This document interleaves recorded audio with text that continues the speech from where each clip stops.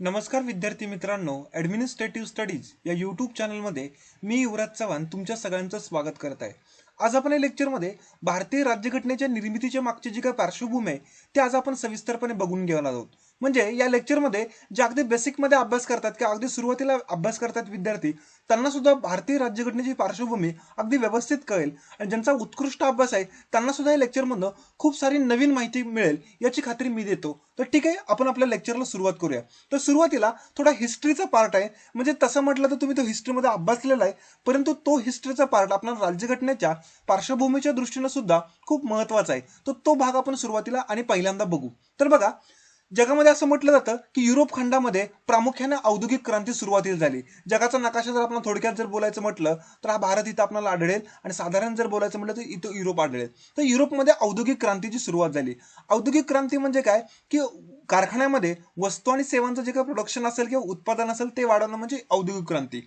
आणि या औद्योगिक क्रांतीमुळे जे कारखान्यामध्ये जे काही प्रोडक्शन तयार होईल त्याची मार्केट ही प्रामुख्याने सुरुवातीला युरोप होतं. आणि युरोप हे फुलफिल झाल्यानंतर युरोपातले जे काही व्यापारी होते त्यांच्या असं लक्षात आलं की आपल्या देशामध्ये जो औद्योगिक क्रांतीमधून जो काही माल तयार होतो हे जगाच्या इतरत्र बाजारपेठेत किंवा जगाच्या इतरत्र मार्केटमध्ये सुद्धा पोहोचवला पाहिजे.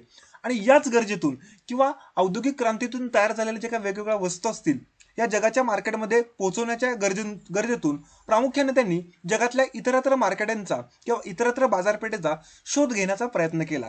तर हा शोध घेत असताना बघा, सुरुवातीला कोलंबस जो असेल तो अमेरिका खंडामध्ये जाऊन पोहोचला आणि व्यापार करायला लागला किंवा व्यापाराच्या दृष्टीने त्यांनी शोध घेतला आणि व्यापारासाठी तो मार्ग शोधून काढला. त्याच्यानंतर वास्को द गामा असेल तो दक्षिण आफ्रिकेच्या दक्षिण टोकाला किंवा आफ्रिका खंडाच्या दक्षिण टोकाला वळण घालून तो भारतामध्ये आला. जे काही केरळमधला जे काही कालिकत बंदर असेल तिथं आला आणि झामोरिन राजानं स्वागत केलं. हे तुम्ही सगळं इतिहासामध्ये व्यवस्थित अभ्यासलेलं आहे, आपण जस्ट रिव्हिजन बघतोय. आणि या रिव्हिजनचा किंवा या बॅकग्राऊंडचा किंवा या गोष्टींचा सुद्धा आमच्या राज्यघटनेशी डायरेक्ट आणि इनडायरेक्ट सहसंबंध आहे. तर बघा, सुरुवातीला इंग्रज हे आमच्या देशामध्ये आले, भारतामध्ये आले आणि व्यापार छान छान करायला लागले. हे व्यापार करत असताना त्यांच्या अगदी बेसिक बेसिक काही गोष्टी लक्षात यायला लागली की त्यांच्या लक्षात आलं की हा देश म्हटलं तर एक आहे आणि म्हटलं तर एक नाही. आता तुम्ही म्हणाल की हे असं कसं, तर म्हटलं तर एक आहे म्हणजे काय की हा एक समृद्ध देश किंवा सोने की चिडिया असं म्हटलं तर जात होता. आणि म्हटलं तर हा एक देश नाही असं का म्हटलं जातं. आणि देशामध्ये विविध राजे राहायचे आणि वेगवेगळ्या राजांचं एकमेकाशी अजिबात पटत नव्हतं. म्हणजे एकमेकाशी भांडणं व्हायचे, म्हणजे युद्ध व्हायचे. मग इंग्रजांच्या असं लक्षात आलं की आपण यांच्या भांडणांचा जर आपण प्रयत्न घेतला आणि यांच्यात जर जास्त भांडणं लावली तर आपण आपले इथले राज्यकर्ते होऊ शकतो. तर हे इंग्रजांच्या सुरुवातीला डोक्यात नव्हतं. सुरुवातीला ते व्यापारासाठी आलेले होते आणि आपल्या देशातली एकंदरीत राजकीय स्थिती बघत असताना त्यांच्या लक्षात आलं की आपण जर यांच्या भांडणांचा किंवा अंतर्गत दुहीचा जर आम्ही फायदा घेतला तर आम्ही या देशावरती राज्य करू शकतो. तर हे बेसिक त्यांच्या लक्षात आलं. आणि म्हणजे एका दिवसात नाही लक्षात आलं, त्यांना सुद्धा बरीचशी वर्ष गेली. तर हे सगळं होत असताना सुरुवातीला त्यांनी पहिला प्रयत्न केला तो म्हणजे तुम्ही इतिहासामध्ये अभ्यासलेला आहे, 1757चं प्लासीचं युद्ध. आता प्लासीचं युद्ध हे बऱ्याच वेळेला असं म्हणतात की खऱ्या अर्थाने युद्ध झालेलंच नव्हतं. तर हे युद्धामध्ये इंग्रज हे फितुरीच्या मार्गातून जिंकले होते. म्हणजे असं म्हणतात की मीर जाफर नावाचा जो काही एक व्यक्तिमत्व होतं भारताला सापडलेला पहिला देशद्रोही किंवा ज्यानं भारताच्या बाबतीत जर बोलायचं म्हटलं तर पहिल्यांदा विश्वासघात केला आणि राजा सिराजुद्दौला जो होता त्याला पराभूत केला. आणि सुरुवातीला जो बंगालचा प्रांत असेल त्याच्यामध्ये इंग्रजांचं किंवा इंग्रजांच्या ईस्ट इंडिया कंपनीचं वर्चस्व स्थापन झालं. आता बऱ्याच वेळेला प्रश्न असा पडतो की ईस्ट इंडिया कंपनी असं नाव का पडलेलं असेल किंवा का आहे. तर लक्षात ठेवा, 31 डिसेंबर 1600 या दिवशी ईस्ट इंडिया कंपनीची स्थापना झाली. तर हे ईस्ट इंडिया कंपनीचं नाव असं का असेल, तर लक्षात ठेवा इथं जर आपण पकडलं युरोप आहे आणि साधारण युरोपच्या पूर्व दिशा म्हणजे ईस्ट, तर पूर्वेला भारत आहे. तर युरोपातली ही एक महत्वाची कंपनी की पूर्वेला व्यापार करेल त्यामुळे तिला आणि व्यापार करेल प्रामुख्याने भारताशी, त्यामुळे ईस्ट आणि भारत म्हणजे इंडिया, तर ईस्ट इंडिया असं नाव पडलेलं आहे. तर ही जी काही कंपनी होती तर ह्या कंपनीनं चुकीच्या मार्गाने किंवा फितुरीच्या मार्गानं राजा सिराजुद्दौला जो काय होता बंगालचा राजा त्याला पराभूत केला आणि तिथं आपलं हळूहळू वर्चस्व स्थापनायला सुरुवात केली. तर लक्षात ठेवा, हा पराभव करत असताना जसं भारतामध्ये ईस्ट इंडिया कंपनी जशी आलेली होती तशा युरोपातल्या इतर पण वेगवेगळ्या देशांच्या कंपन्या भारतामध्ये व्यापारासाठी होत्या, कार्य करत होत्या.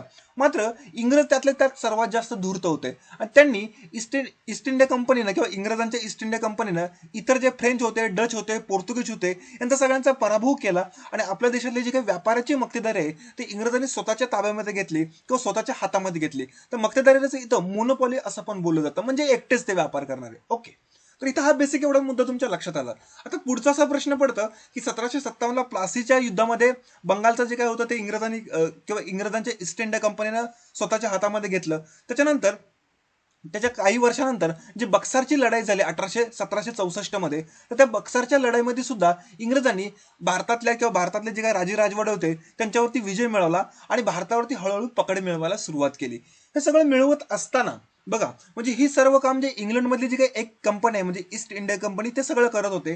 तर हे करत असताना इंग्लंडमधल्या जे काही इतर सुद्धा ज्या काही कंपन्या होत्या त्या सुद्धा इंग्लंडमध्ये जाऊन सांगायच्यात की ही ईस्ट इंडिया कंपनी जी आहे ती भारतामध्ये जात्या खूप चुकीचं काम करत्या आणि चुकीच्या कामामुळे त्या कंपनीला भारतातलं अस्तित्व धोक्याचं आहे आणि ते जर अस्तित्व धोक्याचं आलं तर ब्रिटन पार्लमेंटचं नुकसान आहे. त्यामुळे या कंपनीवरती तुम्ही काहीतरी मर्यादा आणा किंवा निर्बंध लादा, हे सगळं चाललेलं होतं. तर लक्षात ठेवा 1757च्या प्लासीच्या लढाईमध्ये खूप सारं हस्तगत केलं, त्याच्यानंतर बक्सारच्या लढाईमध्ये पण हस्तगत केलं. हे सगळं होत असताना ज्या ईस्ट इंडिया कंपनीवरती ब्रिटन पार्लमेंटनं काही निर्बंध लादायला सुरुवात केलं किंवा जी सुरुवात केली त्याच्यामध्ये 1773चा पहिला असा रेग्युलेटिंग ऍक्ट, त्याच्यानंतर पिट्स इंडिया ऍक्ट आला. म्हणजे पिट्स हे इंग्लंडचे विल्यम पिट्स हे पंतप्रधान होते आणि त्यामुळे असं म्हटलं जातं की पिट्स ऍक्ट. तर त्याच्यानंतर पिट्स ऍक्ट आला, त्याच्यानंतर चार्टर्ड ऍक्ट आला. म्हणजे रेग्युलेटिंग ऍक्ट जो असेल तो दर 20 वर्षाने चेंज करायचा किंवा त्याच्यामध्ये काही दुरुस्त्या करण्यासाठी. तर असे विविध कायदे आमच्या देशामध्ये होत गेले. तर आणि ह्या सगळा म्हणजे इंग्रजांची जी ईस्ट इंडिया कंपनी होती नियंत्रण आणण्यासाठी ब्रिटन पार्लमेंट काम करत होतं. त्यातलं पहिलं पाऊल असेल ते म्हणजे रेग्युलेटिंग ऍक्ट 1773चा. त्याच्यानंतर असे विविध कार्य जे काही 1773चा रेग्युलेटिंग ऍक्ट असेल तो दर 20 वर्षांनी चेंज करत करत करत सगळं व्यवस्थित चाललं होतं. आणि इंग्रजांची जी ईस्ट इंडिया कंपनी भारतात काम करत होती त्याच्यावरती अधिकाधिक निर्बंध इंग्रज सरकार किंवा ब्रिटन पार्लमेंट लादत होतं. हे सगळं सुरू होत असताना आपल्या देशामध्ये खूप एक महत्वाचा टप्पा असं त्याला म्हटलं जातं की तो म्हणजे 1857चा उठाव. आता बघा, बरेचसे जण म्हणतात की उठाव, आता जे काही स्वदेशी जे आहेत ते म्हणतील की उठाव, आणि पण बरेच जे काही आंतरराष्ट्रीय लेखक आहेत किंवा जे विरोधी लेखक आहेत ते म्हणतात की शिपायांचं बंड. तर हे 1857चा ज्यावेळी बंड झालं त्यावेळेला जी इंग्रजांची किंवा ब्रिटनची ईस्ट इंडिया कंपनी जे भारतामध्ये जे काम करत होती ती खूप चुकीच्या पद्धतीने काम करत होती आणि या कंपनीच्या विरोधात आपल्या देशातल्या लोकांनी हे 1857चं बंड केलं. दुर्दैवाची गोष्ट अशी की आम्ही त्याच्यामध्ये किंवा भारत ह्या युद्धामध्ये किंवा 1857च्या उठावामध्ये जिंकू शकलं नाही, हरला. आणि त्याच्यामध्ये त्याही वेळी भारतामध्ये एकी नव्हती. आणि दुर्दैवाची गोष्ट आज आहे की आज 2020 आहे, 2020 मध्ये सुद्धा भारतामध्ये एकी नाही, की आम्ही वेगवेगळ्या समाजांच्या मध्ये दुभागलेलो आहोत, विभागलेलो आहोत. तर भविष्यात तुम्ही अधिकारीच्या दृष्टीने सुद्धा की समाजामध्ये एकी तुम्हाला कशी करता येईल यासाठी तुम्हाला काम करावं लागेल. ठीक आहे, आपला मुद्दा की 1857च्या उठावामध्ये आम्ही पराभूत झालो ईस्ट इंडिया कंपनीच्या विरोधात. तर इंग्लंडच्या असं लक्षात आलं की या ईस्ट इंडिया कंपनीच्या विरोधात भारतामध्ये खूप मोठा उठाव झालेला आहे आणि जर असेच उठाव झाले तर या कंपनीचं अस्तित्व भारतातलं संपून जाईल. त्यासाठी इंग्लंडने घोषित केलं, म्हणजे असं म्हणतात बरं का, 1 नोव्हेंबर 1858ला म्हणजे 1857च्या उठावानंतर 1 नोव्हेंबर 1858ला अलाहाबादमध्ये एक दरबार भरवला. म्हणजे राणी इलिझाबेथचा जो काही एक जाहीरनामा पाठवला आणि तो लॉर्ड कॅनिंगनं तो दरबार भरून जाहीरनामा वाचला आणि त्याच्यामध्ये बरीचशी तत्व होती, तुम्ही इतिहासामध्ये वाचली असतील. त्यातलं एक महत्वाचं तत्व असेल ते म्हणजे की आतापर्यंत भारतावरती राज्य कोण करत होतं तर ब्रिटनची किंवा इंग्रजांची ईस्ट इंडिया कंपनी.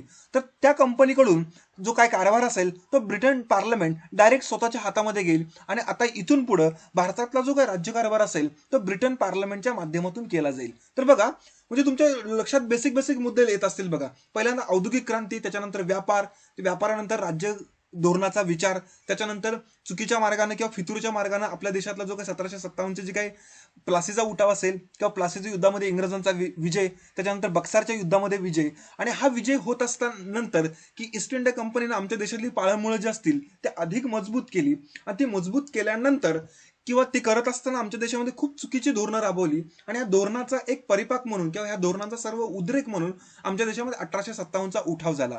आणि या उठावानंतर इंग्रजांच्या किंवा ब्रिटनच्या असं लक्षात आलं की ईस्ट इंडिया कंपनीचं अस्तित्व भारतातलं धोक्यात आहे. त्यामुळे ईस्ट इंडिया कंपनीच्या कडून जी भारतातली सत्ता आहे किंवा एकंदरीत कारभार आहे तो ब्रिटन पार्लमेंटने स्वतःच्या हातामध्ये घ्यावा. त्यासाठी 1 नोव्हेंबर 1958ला जो राणी इलिझाबेथनं जो काय पाठवलेला जाहीरनामा होता तो लॉर्ड कॅनिंगनं अलाहाबाद इथं जो दरबार भरून वाचला आणि तेव्हापासून आपल्या देशातली जी काही सत्ता होती ही प्रामुख्याने ब्रिटन पार्लमेंटनं स्वतःच्या हातामध्ये घेतली असं म्हटलं जाईल. म्हणजे इथं बेसिक असा आम्हाला प्रश्न असा पडतो की 1773चा रेग्युलेटिंग ऍक्ट असेल, त्याच्यानंतर 1857चा एक उठावा असेल खूप महत्वाचा, आणि त्यानंतर अंतिम जो काही टप्पा असेल तो म्हणजे 15 ऑगस्ट 1947चा. तर हा जो दरम्यानचा जो काही कालखंड आहे, ह्या दरम्यानच्या कालखंडाचा आपल्या भारतीय राज्यघटनेवरती खूप सारा इम्पॅक्ट आहे किंवा खूप सारा परिणाम घडलेला आहे. तर हा आपल्याला पॉलिटीच्या अभ्यासाच्या दृष्टीनं किंवा राज्यघटनेच्या अभ्यासाच्या दृष्टीनं खूप महत्वाचा आहे. म्हणजे बऱ्याच वेळेला काही प्रश्न असे असतात ते पॉलिटीच्या अंतर्गत येतात, काही हिस्ट्रीच्या अंतर्गत येतात. म्हणजे 1773चा रेग्युलेटिंग ऍक्ट होता, त्याचा नेमका भारतीय राज्यघटनेवरती काय परिणाम होता किंवा भारतीय राज्यघटनेच्या निर्मितीमध्ये त्याचा रोल काय होता. त्याच्यानंतर विविध चार्टर्ड ऍक्ट झाले 20-20 वर्षानंतर. त्याच्यानंतर 1857च्या उठावानंतर इंग्रजांनी जे आमच्या देशातलं प्रत्यक्ष प्रशासन स्वतःच्या हातामध्ये घेतलं, त्याच्यानंतर आमच्या देशामध्ये काय झालं, म्हणजे 1857 पासून 1947 पर्यंत, म्हणजे त्यातला एक महत्वाचा असेल बघा 1935चा भारत सरकारचा कायदा. तर असे विविध कायदे झाले. तर या विविध कायद्यांचा भारतीय राज्यघटनेच्या निर्मितीमध्ये खूप महत्वाचा वाटा आहे. तर बघा, आजच्या लेक्चरमध्ये आपण एक बेसिक बघितलं की नेमकं बॅकग्राऊंड का महत्वाचं असतं. तर आजच्या लेक्चरमध्ये आपण एवढंच बघणार होतो. पुढच्या लेक्चरमध्ये जे काही विविध ऍक्ट होते काय किंवा विविध जे काही कायदे होते त्यांचा आपण सविस्तर आढावा पुढच्या लेक्चरमध्ये घेणार आहोत. तर बघा, आजच्या लेक्चरमध्ये आपण बेसिक माहिती बघितली. लेक्चर जर आवडलं तर लाईक करा, नाही आवडलं तर डिसलाईक करा, आणि जर तुमच्या काही सूचना असतील तर त्या सूचना सुद्धा तुम्ही माझ्या कमेंट बॉक्समध्ये, व्हिडिओच्या कमेंट बॉक्समध्ये अवश्य सांगू शकता.